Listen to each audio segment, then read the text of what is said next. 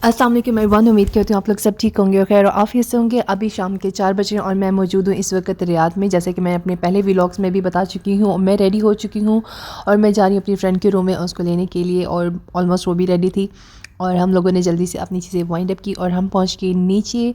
ये है यहाँ क्या मेन रोड। और फिर हमने यहाँ से टैक्सी का वेट किया, तकरीबन 4 से 5 मिनट लगे थे टैक्सी को आने में, क्योंकि यहाँ पे कोई टैक्सी स्टैंड वैसे तो नहीं था, लेकिन टैक्सी वगैरह चलती, कोई देखे पैसेंजर वगैरह तो वो आ जाते हैं।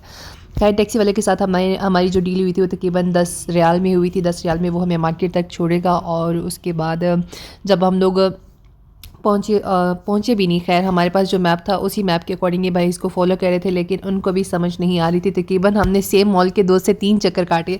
2 से 3 चक्कर काटने के बाद जी भाई उसने हमें फिर उसी मॉल के सामने ड्रॉप किया कि इसकी लोकेशन यही आ रही है, तो आपको मैं यहीं पर ड्रॉप कर देता हूँ। मे भी हो सकता है जिस शॉप की आप बात कर रही हैं वो इसी मॉल के अंदर हो, क्योंकि हमें वो मेन मार्केट बता रहा था, वो मेन मार्केट नहीं थी, ये किसी मॉल के अंदर ही गोल्ड की शॉप थी। क्योंकि हम गोल्ड का रेट पता करने जा रहे थे और हम चाह रहे थे कि कुछ ना कुछ हम गोल्ड में सेव कर लें।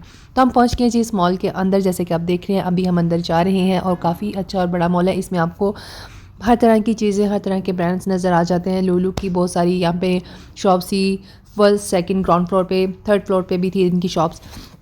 खैर हम लोग पहले जो इस वाली शॉप पे पहुँचे तो हमने अंदर जाके देखे तो बहुत सारी वैरायटी अंदर रखी हुई थी, जैसे कि आप ख़ुद भी देख सकते हैं। लेकिन जो हमारी रेंज थी उस रेंज में कुछ भी नहीं मिल रहा था। जैसे कि अभी आप ये लॉकेट से एक पेंडेंट है, ये इसको अगर आप देखें ना, ये तकरीबन हमें 600 to 700 रियाल का पड़ रहा था। मिनिमम अगर आपको कुछ दे रहे थे तो वो तकरीबन 5 to 6 से ही दे रहे थे। 5 का तो मिलना मुश्किल नहीं, नामुमकिन लग रहा था हमें। फिर हमने पहले तो इसको कैंसिल कर लिया। हमने 1 से 2 शॉप विज़िट की, वहाँ पे हमने सेम ये क्वेश्चन किया कि अगर 500 रियाल की रेंज में अगर आपके पास कोई चीज़ अवेलेबल है तो आप हमें दिखाएं। यहाँ पे आपको छोटी से छोटी चीज़ भी है ना, वो भी 5.5 6 मतलब 600 रियाल में, उससे कम नहीं मिल रहा। ये हमें 650 में दे रहा था। देखिए आप कितना छोटा सा पेन है और ये 650 का हमें बता रहा था। और जो उससे बड़े थे तो उनकी तो बात ही करना छोड़ दो। खैर अब तकरीबन अगर आप 500 या 600 रियाल की बात कर रहे हैं और यहाँ पे वही भाई हमें ये देखिए वेट करके बता रहे हैं कि इसका इतना वेट बनना है। साथ साथ में हमें रेट भी बता रहे थे। ये वाला गोल्ड 22 कैरेट का इसका ये रेट है, 24 का ये है, और अगर आप 18 कैरेट का लेते हैं तो उसका डिफरेंट रहेगा।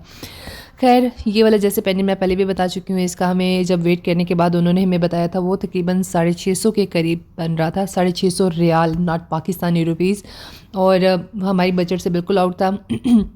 फिर हमने लास्ट में पहले तो हमने कैंसिल कर दिया कि चलो विज़िट करते हैं, छोड़ देते हैं। फिर बाद में हमने कहा चलो, हमने पूछा कि मिनिमम हमें कितने में मिलेगा। तो फिर हमारी एक डील हुई। हमें ये जो वाले जो इयरिंग्स हैं ये हमें मिले थे तकरीबन 530 रियाल में, जो कि पाकिस्तानी ऑलमोस्ट 40,000 या 42,000 में मिलते हैं। तो ये एक अच्छी सेविंग है, तो इतने में ही लें। लेकिन ऑफ कोर्स आपकी एक सेविंग पर्पज़ के लिए अगर आप कोई भी चीज़ खरीदते हैं तो आपको बहुत बेनिफिट मिलेगा आगे चल के, इन फ्यूचर, अभी नहीं।